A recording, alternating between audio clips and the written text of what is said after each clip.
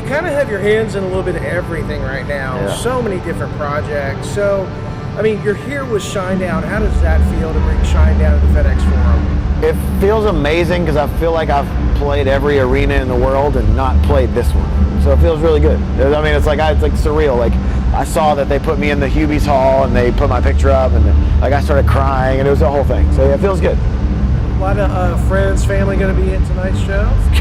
I feel like it's everyone I've ever met. Yeah, a lot of people are going to be here. I'm excited. It's going to be, you know, it feels like a homecoming. It feels really good, so I'm excited about it. Yeah. What do you think? I mean, a lot of people, we always hear it's the birthplace of rock and roll and home of the blues and all this stuff, and there's a million musicians that come up through here. You're from here. Why do you think it's soaked into you when so many people, it doesn't capture?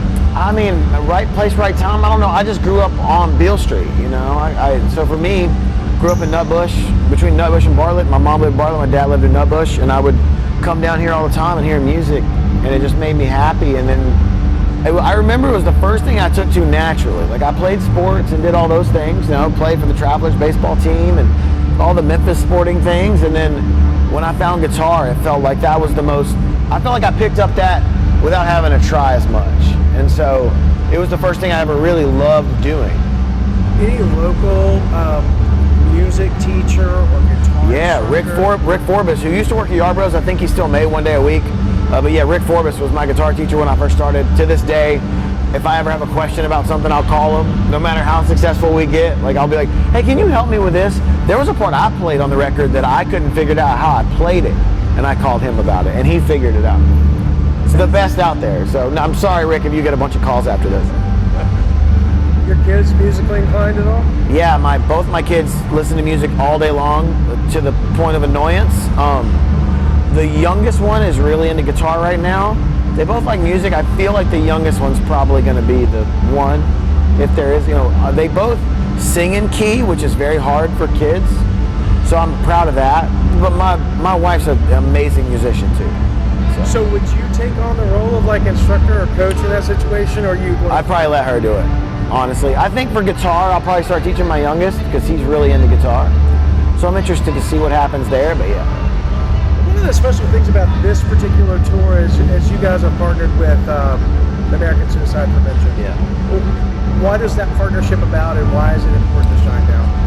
I mean, we've been talking about mental health for 20 years. Before, I felt like it was cool to talk about. And American Foundation for Suicide Prevention, AFSP, we've been with them for a long time, and every year we do a walk around Washington, D.C. to promote it in October. My cousin died of suicide. I was 14, from Memphis. It's just it has a deep meaning for me. It always has. So, I mean, it's something for us that I feel like if more people have the conversation, more young men and women will feel better about admitting that it's okay to say, I thought about this. You know, I think it's so taboo to say, I thought about this, because everyone hits the panic mode immediately and kind of over cares and over protects. But I think if people feel like they can just have a conversation with it while feeling normal, I think that'll help a lot. So AFSP, it helps us out a lot. We usually have a booth at every show, so. It's just great that you guys are giving back like that.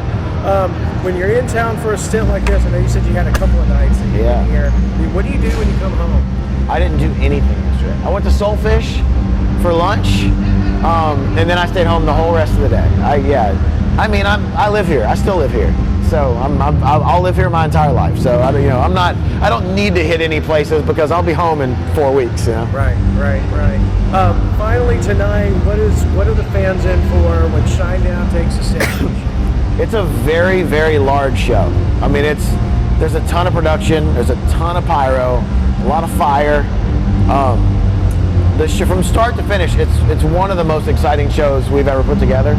And I'm excited for it, man. We never get to, every time we play Memphis, I feel like it was either at Mud Island or Landers, and we've never gotten to bring a production this big like we always do everywhere else. So I'm excited about it. And do you have a mantra, or not a mantra? Do you have like something that you go through before every show? Oh yeah. Like what is? I'm a big sneaker guy. Well, today will be different than any other day. I've got about 150 people coming that are friends and family, so I'll hang out with them as much as I can. Usually get a massage at like 5, chiropractor, work out during the day. Today will be a little different. I don't know if I'll have time for any of that stuff. hang with my kids are here, hang with them, and then I start getting ready about 30 minutes before the show starts. And I'm a big sneaker guy, so I'll pick out what shoes I'm wearing, and then I'll start the whole routine. Yeah, excellent. Well, enjoy your time. Dude, thanks, brother.